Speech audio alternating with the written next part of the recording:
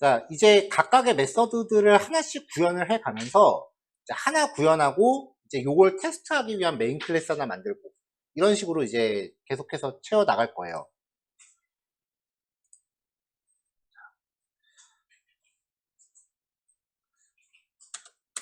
자, 제일 먼저 해야 될 거는 이제 마이바티스 매퍼를 이 안에서 호출을 하는 거예요. 그러니까 이제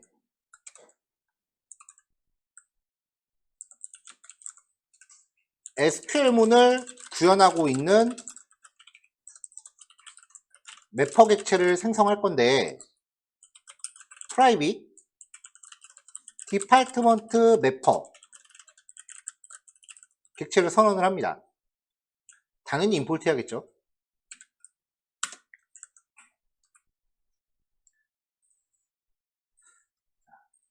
자, 보통 이렇게 멤버 변수를 만드는 이유는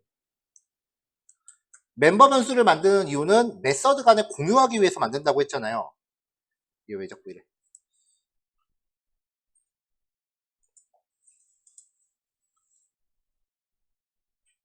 오케이, 프로그램 키고. 이 디파트먼트 매퍼라고 하는 애를 여기서도 써야 되고 여기서도 써야 되고 모든 메서드에서 다 써야 돼요. 왜냐면은 이 매퍼 객체가 어제 우리가 SQL문을 이 안에 구현을 해놨단 말이에요. 그리고 이 각각의 메서드들이 매퍼를 호출하기 위함이에요. 그러니까 멤버 변수를 선언을 하죠. 자, 보통 우리가 멤버 변수를 선언하면 할당은 생성자에서 해주죠. 초기화를 생성자가 하니까. 자, 그래서 멤버 변수로 선언된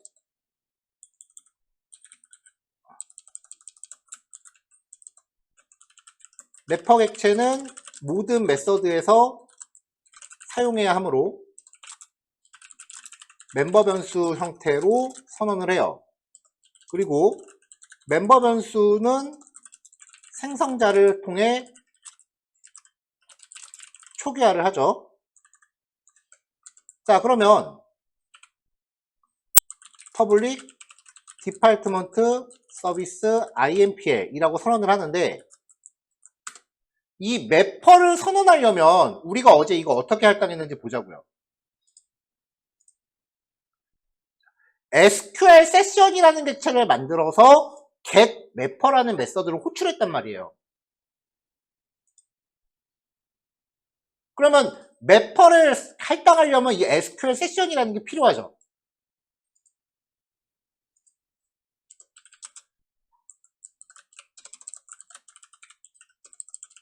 매퍼 객체를 할당하기 위해선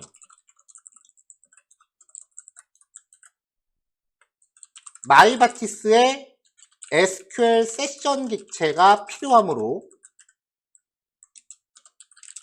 생성자 파라미터로 SQL 세션 객체를 요구합니다.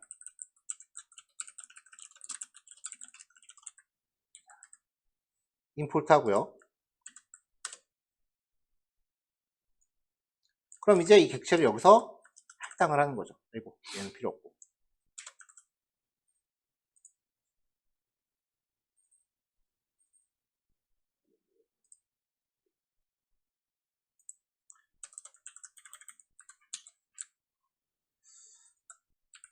자, 특이사항이 하나 있는데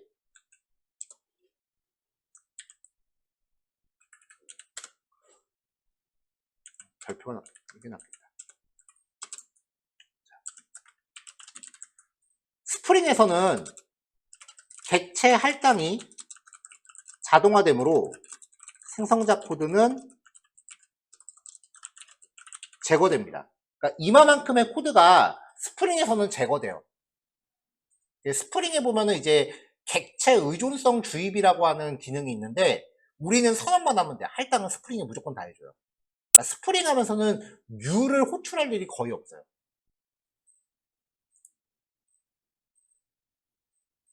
자, 객체를 준비하고요. 그럼 이제 목록을 만들어서 리턴을 해볼게요.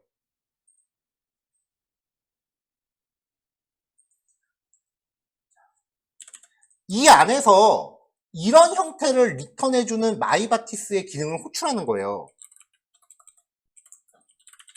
아웃풋은 디파트먼트 매퍼 점 셀렉트 리스트 하면서 인풋을 그대로 토스해 줍니다. 이런 식으로 호출하는 거예요.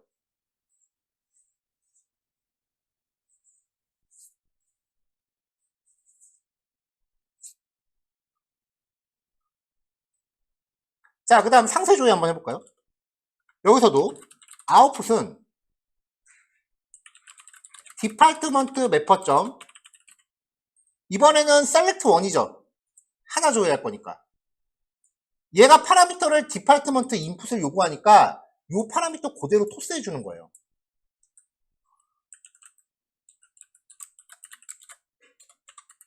이렇게. 자, 근데 여기서 목록 조회 같은 경우는 검색 결과가 없을 수도 있다 그랬어요. 그거는 에러가 아니야. 정상적인 상황인 거니까. 근데 상세 조회는 존재하지 않는 콘텐츠에 접근했다라는 것 자체가 이용자가 비정상적인 접근을 했다는 거예요. 그러니까 그 상황은 에러로 간주해야 돼요.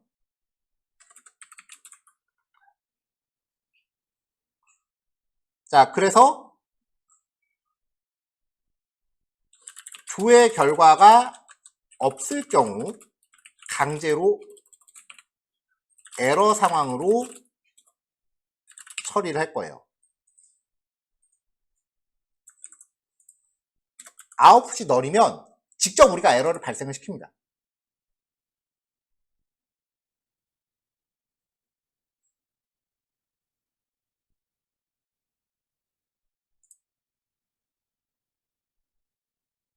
자, 요거 두 개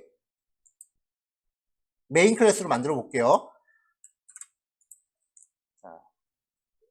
01부터 05까지는 어제 마이바티스를 테스트한 거니까 서비스 테스트하는 과정은 앱 10번부터 갈게요. 11번부터. 아예 0번대랑 10번대로 다 구별을 할게요.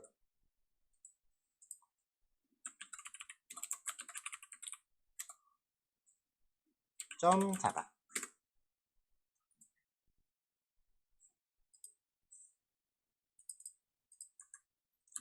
메인.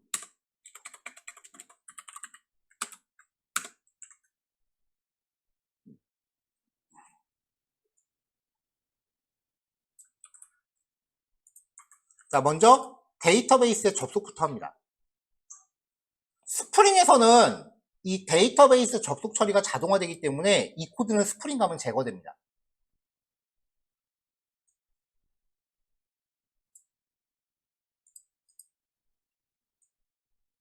그 다음에 조금 전에 만든 서비스 객체를 만들어요. 디파트먼트 서비스. 스프링에서는 선언만 해요. 할당 안 해요.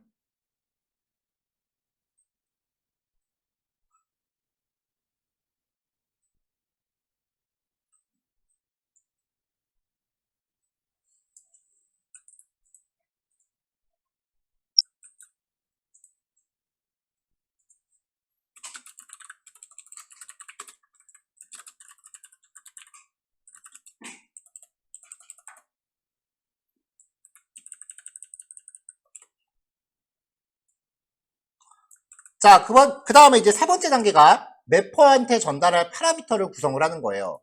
근데 현재 매퍼에서 목록 조회 시 별다른 파라미터를 요구하고 있지 않으므로 필요 없어요. 현재는. 우리가 어제 만들어 놓은 매퍼를 보면은 목록 조회 기능에서 별다른 변수값을 안 쓰고 있잖아요. 전체 목록 다 가져오고 있잖아요. 그러니까 요 인풋이라는 객체 자체가 지금 필요가 없어요. 그래서 여기서 객체를 따로 안 만들었어요.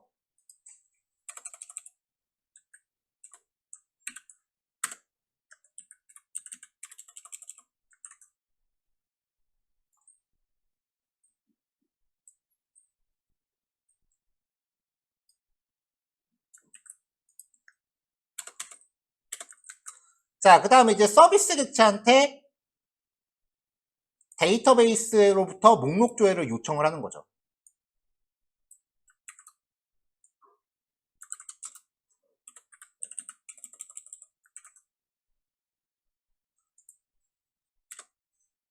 자, 목록 조회를 위한 리턴 타입은 리스트죠.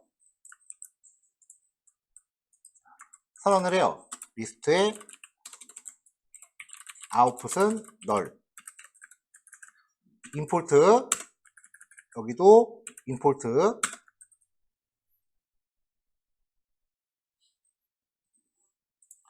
자, 그 다음에 아웃풋은 디파트먼트 서비스 점 getList. 지금 매퍼한테 전달할 파라미터 필요 없다 그랬으니까 널로 선언을 합니다. 자, 이렇게 하고 나면은 이 메서드에 try catch를 강제시켜 놨잖아요. 이렇게. 그쵸? 그러면 컨트롤 점 눌러서 try catch문 추가해 줘야겠죠.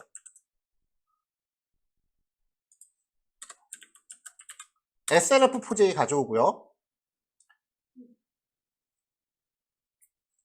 자, 이제 에러 상황이 두 개가 되잖아요. 그럼 서비스 no result exception이라고 되어 있는 상황은 내가 정의한 에러예요. 내가 강제적으로 발생시킨 에러야. 대체적으로 where절이 조건에 안 맞는다거나 뭐 그런 쉽게 말하면 이 서비스 no result exception이라고 하는 경우는 기획단에서 정의한 에러 상황이에요.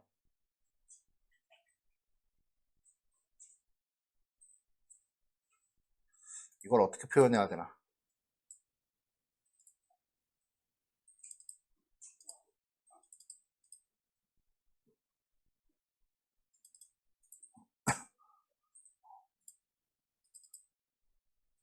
이건 제가 했었던 프로젝트인데요.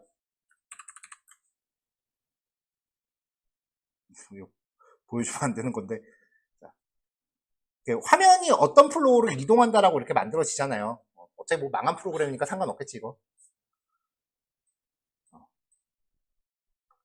쭉 가다 보면은 이제 어떤 플로우로 이렇게 프로그램이 흘러간다.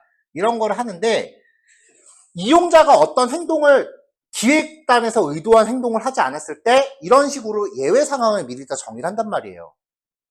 이런 상황은 프로그램에서 에러가 나는 게 아니야. 이용자가 기획자의 의도대로 그 프로그램을 쓰지 않았을 때 발생하는 거예요. 보통 이런 거를 정책적으로 이제 처리한다라고, 정책이라고 표현을 해요. 이런 상황의 에러는 내가 강제로 발생을 시키는 거예요. 이게 프로그램 단에서 에러는 안 나거든. 그러니까 이런 상황을 만들어내는 거를 서비스도 리절트 익셉션으로 구현을 해놓은 거고, 그 밖에 내가 코딩을 잘못한 케이스.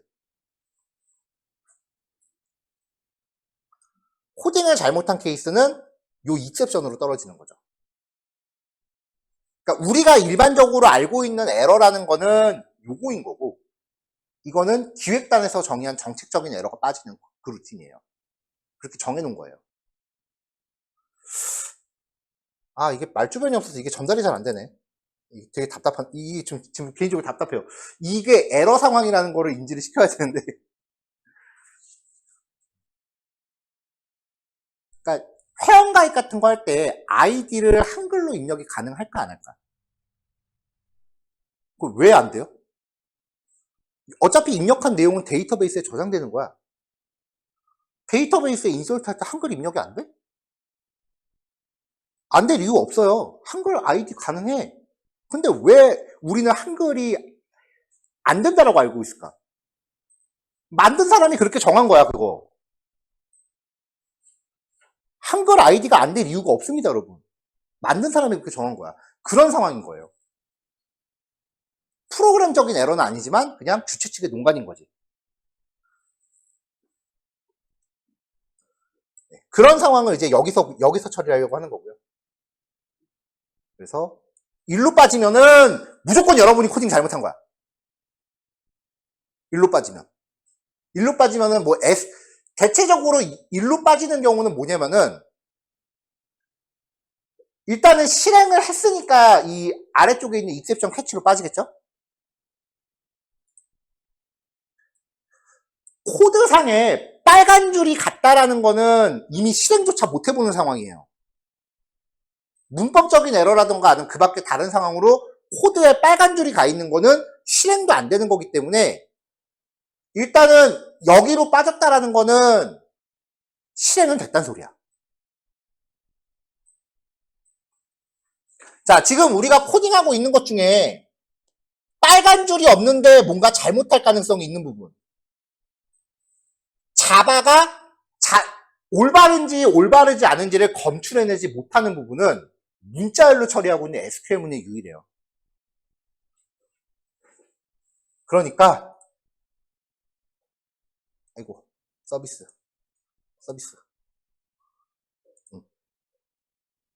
메인이구나. 네. 그러니까 일로 빠지면 무조건 SQL문 에러야. 딴 거는 발생할 일이 없어요. 일로 빠지면 무조건 SQL 에러야. SQL문 잘못 짠 거예요.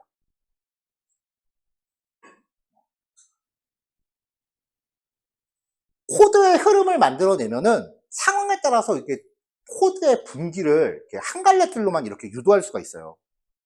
이게 예외 처리야. 그래서 기획적인 에러 상황 아니면 내가 코딩을 잘못한 상황. 이거를 파악하면은 어떤 메시지가 표시되는가에 따라서 내가 원인을 파악하는 게 좀 더 빠르겠죠.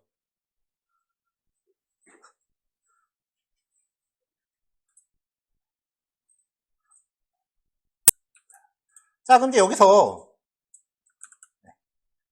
로그 객체한테 메시지라는 표시하고요. 그 다음에 디테일한 에러 객체를 같이 줍니다.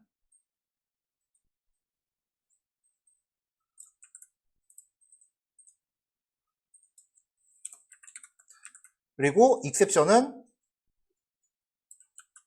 데이터 처리 실패. SQL문을 확인하세요.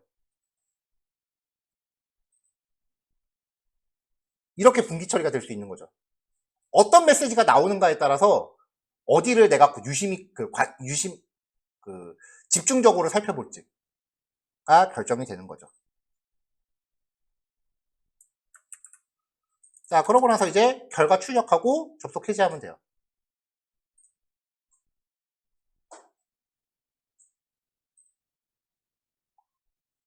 자, 실행 한번 해볼게요.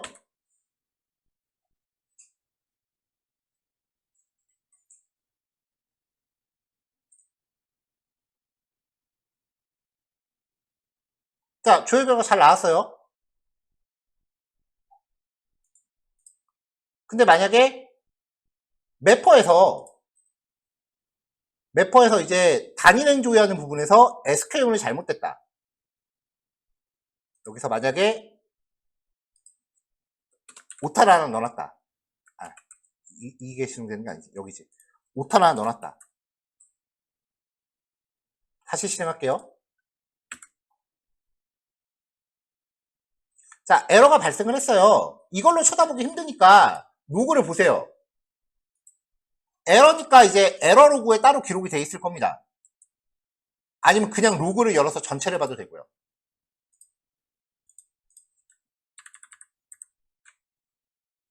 자, 제일 마지막 로그겠죠?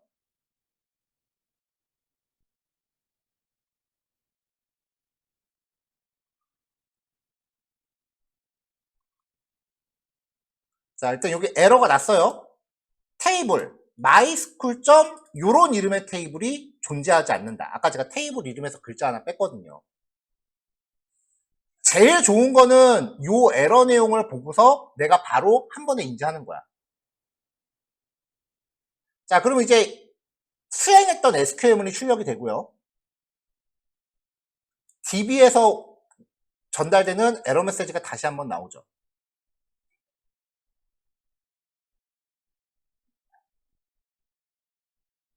자, 근데 이걸로도 잘 안 나온다. 그러면 샵이 또도도독 붙어있는 요 주변을 집중적으로 보세요. 일단 위에 내가 출력한 에러 메시지야. SQL문 확인하래요. SQL문은 어떻게 확인해? 이렇게 확인하래요. 답이 여기 다 있어요. 그 다음에 요 파일에 에러가 있대. 디파트먼트 매퍼를 보래요.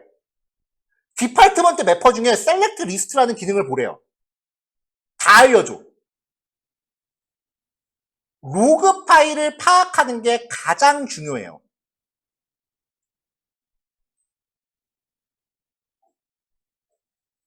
디파트먼트 매퍼의 셀렉트 리스트라고 하는 메서드 안에서 이 SQL문이 잘못됐대요. 다 알려주잖아.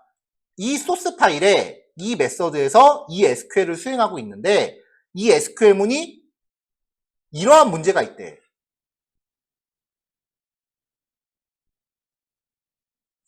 자, 이런 게 존재하지 않는다라고 했으니까 이거 테이블 이름 못 해놨구나 라고 체킹을 하는 거죠.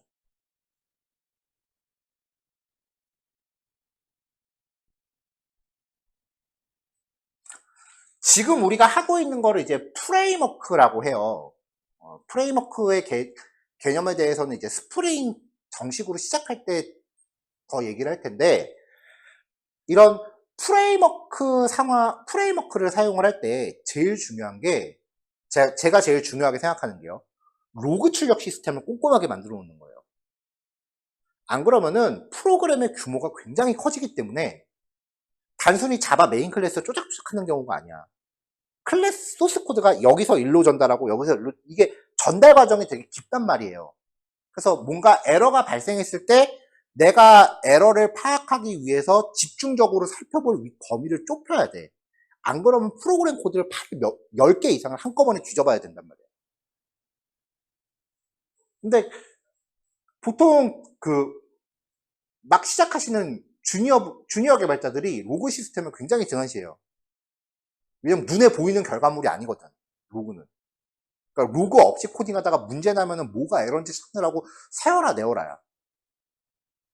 근데 로그만 잘 봐도 문제가 바로 한눈에 보여요. 그래서 문제가 발생하면은 로그부터 파악하셔야 돼요. 적어도 이거를 어떻게 고쳐야 될지 모르겠다 정도는 아직까진 괜찮아요. 최소한 이걸 봤을 때 어디가 에러다라는 거는 찾을 수 있어야 돼. 자, 오늘부터 저한테 만약에 에러 나는 상황에서 저한테 질문 주시면 제가 역으로 물어볼 거예요. 어디가 에러인데요? 라고. 일단은 그거부터 찾고 저한테 문의를 주세요. 에러 위치 정도는 파악할 수 있어야 돼요. 고치는 법은 제가 알려드릴게요. 문제점 파악을 먼저 해야 해결책을 찾는 거니까 일단 문제점이 뭔지 파악하는 연습부터 하세요. 오히려 문제점을 경험하지 못하는 게 더 안 좋은 거예요. 오타 하나도 없이 한 번에 다 성공했다? 별로 안 좋은 거야. 최대한 많은 문제점을 경험해 보셔야 돼요. 그래서 이 마이바티스에 대한 이런 에러 상황들을 내가 케이스별로 일부러 발생을 시켜갖고 이럴 때는 이런 에러가 나는구나 라는 거를 계속해서 연습해 보셔야 돼요.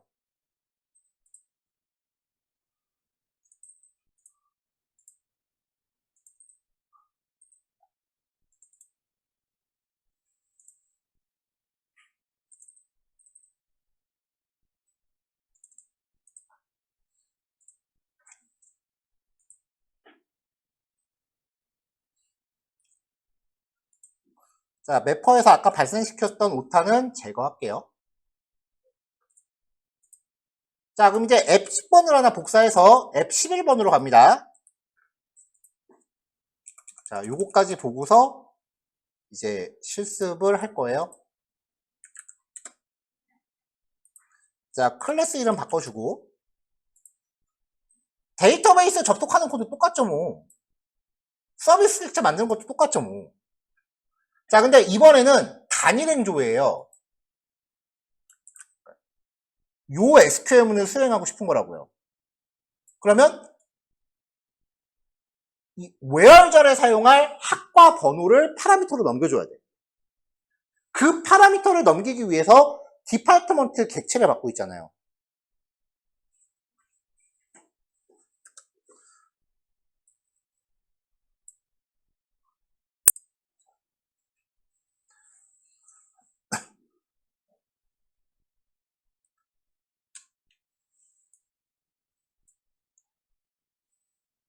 자, 그러니까 지금 왼쪽 상단이 메인 클래스예요.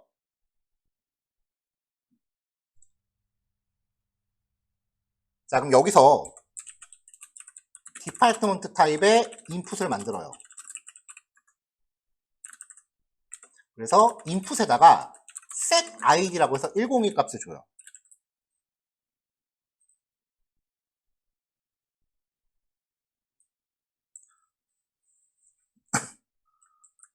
자, 그러면 요 디파트먼트 객체가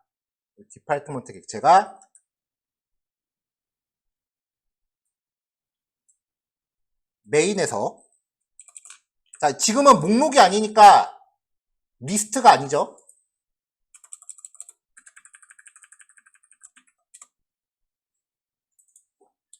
get item 하면서 인풋을 전달합니다.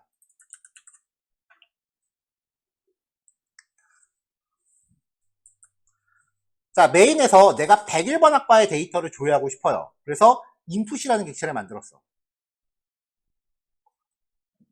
이 인풋을 서비스의 get item이라는 메서드한테 토스했어요. 일로 들어오죠? 얘가 get item이니까. 그럼 얘는 전달받은 인풋을 매퍼의 select1이라는 메서드한테 전달을 해요. 자, 101번이라는 값이 여기 실려서 들어가는 거죠? 101번이. 그럼 101이라는 값이 여기 실려서 가는 거예요. 그럼 여기서 select1으로 호출했으니까 인풋 객체는 다시 1로 전달이 돼요. 101이라는 값이 1로 실려서 오는 거죠. 그럼 여기선 이 select 문을 수행을 합니다. 그러면 샵 id라는 곳에 101이라고 값이 세팅이 된 거죠. 그럼 이 select 결과가 디파트먼트라는 객체로 리턴이 돼요. 리턴 됐으니까 아웃풋으로 온 거죠. 얘가 리턴이 돼요. 리턴했으니까 1로 온 거죠. 이게 흐름이야.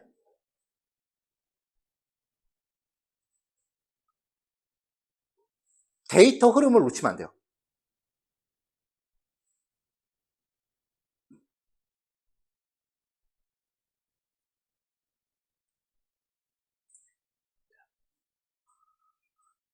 자, 그럼 여기서 약간의 그 의문점이 생기는 게, 이럴 거면 그냥 여기서 이거 다이렉트 호출하지 왜 이렇게 빙빙 돌려라는 생각이 들 수도 있어요. 오히려 지금 여기서는 이 흐름을 한 번에 보고서 이해가 될수록 뭔가 이게, 미안해, 약간 좀 그 텐션 업 상태라서 단어를 안 가리고 얘기할게요. 뻘짓 같아 보여, 이게 좀. 근데 이러한 흐름의 의의는 적어도 데이터 인서트 때부터 나와요. 셀렉트에서는 잘 안 나와, 이게. 왜 이런 짓을 해야 되는지. 자, 요거는 이제 지울게요. 그래서 여기부터 이제 PPT를 안 만드는 이유가, 이걸 PPT 한 페이지에 도저히 다 못 넣겠어요.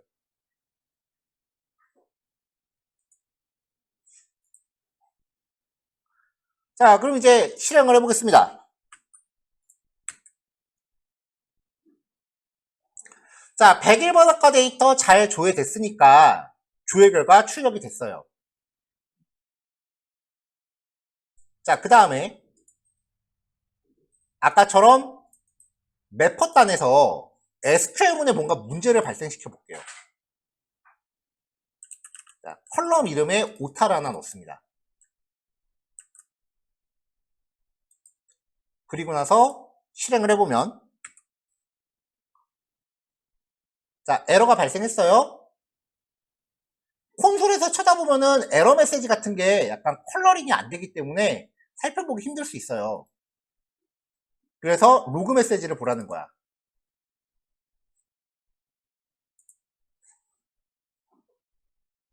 자, 맨 마지막 에러를 거슬러 올라가면 돼요. 자, SQL 데이터 처리 실패, SQL문을 확인하세요라고 떴잖아요. 그럼 이제 에러 메시지를 보는 거죠. 자, 디파트먼트 매퍼의 select1이라는 메서드에서 이러한 SQL문을 수행하면서 에러가 났대요. 근데 SQL문을 보고서 무슨 에러인지 잘 모르겠으면 조금만 위로 올라가. unknown 컬럼. 컬럼이 알려지지 않았대. 컬럼이면 뭐가 오타? 아, 이게 오타구나. 이렇게 찾는 거죠.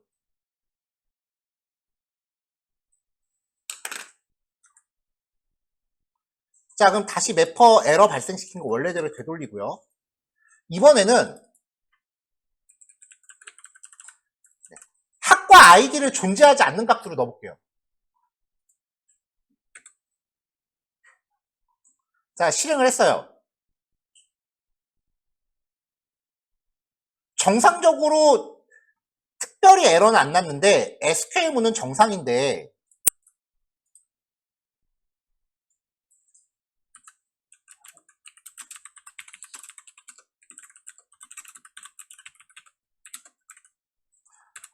자, 이 SQL문은 SQL 자체 에러는 없지만 조회 결과가 없다고요. 외열절이 안 맞아서.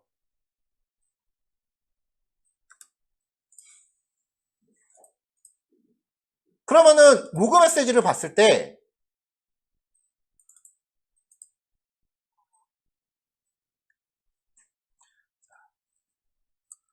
자, 이 상황도 에러로 간주가 된 거예요. 처리된 데이터 없음, 외열절을 확인하세요. 그래서 조회 결과가 없다라고 에러가 뜬 거죠. 이게 왜 에러지? 셀렉트절에 외열절 값이 이렇게 들어간 거야. 이 값이 잘못 들어갔구나 라고 인지할 수 있는 거죠.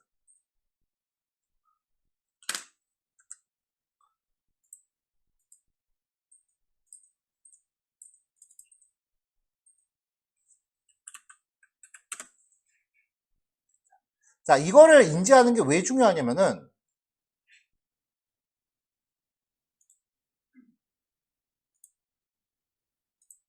자, 그냥 네이버 메인에서 아무 쇼핑몰이나 들어왔어요.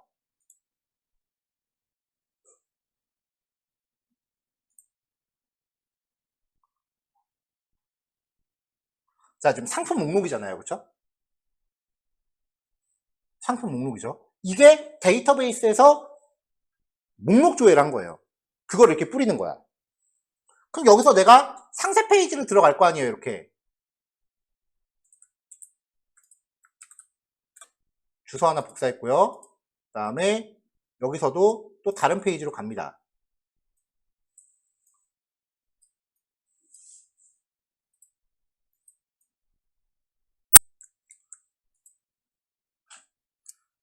자, 그러면 주소가 비슷비슷하죠.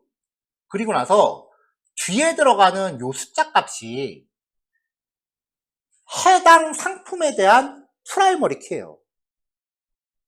그래서 이 값을 받아서 외열절을 거는 거야. 인터넷 주소, 나중에 스프링에서 얘기하겠지만 인터넷 주소에는 변수값이 포함되어 있어요. 목록 같은 경우는 사용자가 검색을 한 결과가 보이는 거니까 검색 결과가 없는 것도 지극히 자연스러운 건데 상세 페이지는 목록에서 클릭을 해야만 들어가는 게 일반적이잖아요. 그러니까 없는 값이 나왔다라는 거는 이거는 100이면 100 사용자가 값을 직접 조작했다는 거야. 주소창에서. 그러니까 단일 행조에는 조회 결과가 없으면 에러로 쳐야 돼요. 이거는 불법적인 접근이기 때문에. 이런 거 가만히 놔두면 이런 데서 뚫려요. 사이트가.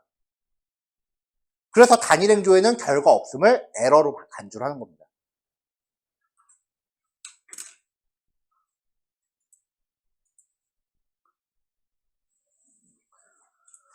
자, 여기까지 패킹할게요. 네. 그리고 요거 실습하시면 되고요. 그 다음에 이 톡방에 올라가는 파일들이 보통 통상적으로 한 2, 3일 지나면은 다운로드 기간이 끝나서 다운이 안 되잖아요. 제가 지난달까지는 그 톡서라 플러스라 그래서 그 파일 무제한으로 저장해주는 유료 서비스를 쓰고 있었는데 한 달에 900원인 줄 알았더니 1,900원으로 올랐더라고요. 그래서 결제 안 했거든요. 그래서 이제는 파일 올라가면은 2, 3일 지나가면은 다운로드가 안 돼요. 근데 문제는 여러분들한테 드린 파일을 제가 보관을 안 해요, 따로. 그러니까 나중에 저한테 다시 좀 보내주시면 안 돼요? 라면 제가 못 보내드릴 수도 있어요. PPT는 갖고 있는데 이런 식으로 만드는 파일은 제가 보관을 안 하니까 따로 자료를 잘 보관을 해주세요. 각자. 왜냐면 저 일요일에도 이거 수업했거든요.